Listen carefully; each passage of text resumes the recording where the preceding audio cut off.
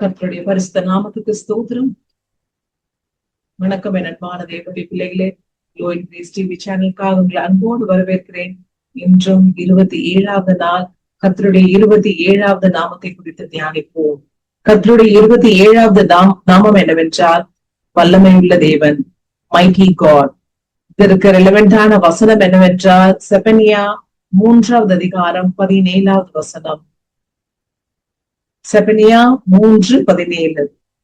உன் தேவனாகிய கர்த்தர் உன் நடுவில் இருக்கிறார், அவர் வல்லமை உள்ளவர், அவர் ரட்சிப்பார்.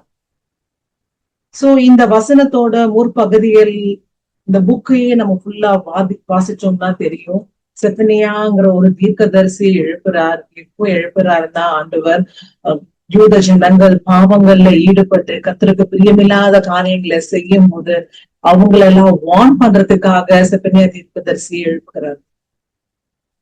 செபனியா தீர்க்கதரிசி எழுப்பி அவர் மூலியமா அநேக விஷயங்களை ஆண்டவர் மக்களிடத்துல பேசுகிறார், எச்சரிக்கிறார். பாவத்துல ஈடுபட்டீங்கன்னா இத்தனை தண்டனைகள் உண்டுன்னு சொல்லி எச்சரிக்கிறார். அதற்கு அப்புறமாக ஆண்டவர் சொல்லுகிறார், பாவத்திலிருந்து மீண்டு வந்த மக்கள், அவருடைய இஸ்ரவேல் மக்களுக்காக ஆண்டவர் வசனங்களை சொல்லுகிறார். கர்த்தரும் ஆக்கினைகளை அகற்றி உன் சத்துருக்களை விளக்கினார். இஸ்ரவேலின் ராஜாவாகிய கர்த்தர் உன் நடுவிலே இருக்கிறார், இனி தீங்கை காணாதிருப்பாய். சோ அவருடைய சத்தத்துக்கு கீழ்ப்படைந்து அவருடைய பிரமாணங்களை கை கொள்ளுகிற மக்கள், இஸ்ரவேல் மக்களுக்கு இந்த ஆசீர்வாதங்களை கொடுக்கிறார். ஆக்கினைகளை அகற்றினார். ஆக்கினைகள்ல நம்ம செய்கிற பாவங்களுடைய ஆக்கினைகளை ஆண்டவர் அகற்றிவிட்டார். பாவத்திலேந்து மனம் திரும்பி வந்தவங்களுக்கு ஆக்கினைகளே கிடையாது. ஏன்னா நாம எல்லாருமே பழைய பாவங்கள்ல இருந்து வந்தவங்க தான். இயேசுவின் ரத்தத்தினால கழுவப்பட்டவர்கள் தான். ஆனா இயேசுவானவர் நம்மளுடைய பாவங்களுக்காக ஆக்கினையாய் ஆனார். அவர் மேல எல்லா ஆக்கினையும், நம்மளுடைய பாவ ஆக்கினைகள் எல்லாம் அவர் மேல விழுந்தது. அதனால நமக்கு எந்த ஆக்கினையுமே கிடையாது. நாம கூட இன்னைக்கு பயந்து கொண்டிருக்கலாம். பழைய பாவங்கள் இதெல்லாம் செய்துட்டனே, இதெல்லாம் எனக்கு ஆக்கினையா வந்து விடுமோ அப்படின்னு சொல்லி, எனக்கு தண்டனை வந்து விடுமோ அப்படின்னு சொல்லி நம்ம பயந்து கொண்டு இருக்கலாம். பயப்படாதீங்க. ஆண்டவர் நம்மளை தண்டிக்கிறதுக்காக நம்மளை ரட்சிக்கல, நம்மளை ஆசீர்வதிக்கிறதுக்காக ரட்சித்திருக்கிறார். நம்மளை கொண்டு அநேகர் ஆசீர்வதிக்கிறதுக்காக தான் நம்மளை ரட்சித்திருக்கிறார். பயப்படாதீங்க. இன்னைக்கு உங்களுக்கு தான் இந்த வார்த்தை வருகிறது. தேவனாகிய கர்த்தர் நடுவில் இருக்கிறார், அவர் வல்லமை உள்ளவர், அவர் வல்லமை உள்ளவர், மைட்டி காட். அவரால செய்ய முடியாத காரியங்கள் எதுவுமே கிடையாது. நமக்கு சில சோதனைகளுக்காக ஏதாவது ஒரு வேதனைகள் வரலாம், சில பிரச்சனைகள் ஆண்டவர் அனுமதிச்சிருக்கலாம். ஆனா அந்த பிரச்சனை போது நம்ம என்ன நினைப்போம், நான் இந்த பாவத்தை செய்ததுனாலதான் ஆண்டவர் என்னை தண்டிச்சுட்டாரா, தண்டனைக்காக தான் இந்த வேதனை வருதா அப்படின்னு சொல்லி நம்ம நினைச்சிருப்போம்.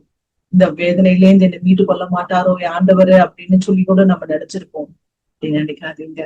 உங்க பாவத்துக்காகவும் என்னுடைய பாவத்துக்காகவும் நம்மளுடைய பாவத்துக்காகவும் ஆண்டவர் ஆக்கினைகளை கொடுக்கறது இல்ல. கண்டிப்பா இந்த பிரச்சனைகள்ல உங்களுக்கு விடுதலை கொடுப்பார். ஏன்னா அவர் வல்லமை உள்ள தேவன், அவர் உங்களை ரட்சிப்பார்.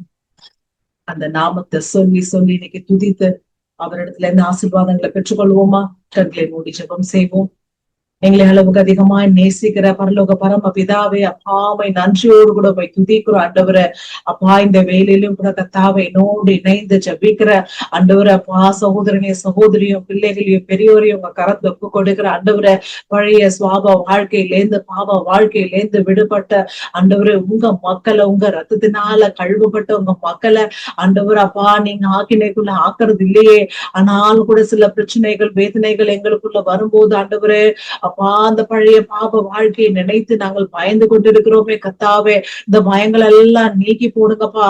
அப்பா இந்த பயங்கள் எல்லாம் நீக்கி போடுங்க. வல்லமுள்ள தேவன் ஆண்டவரே, வல்லமையான காரியங்களை செய்யும்படி அங்க கரத்துல ஒப்பு கொடுக்கிற, நீங்க செய்ய முடியாத அதிசயமான காரியம் ஒன்றுமில்லையே ஆண்டவரே. அதிசயங்களை செய்யுங்க. உங்க பிள்ளைகளை மகிழ்ந்திருக்க பண்ணுங்க.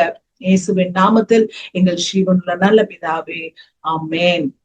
God bless you all. See you tomorrow.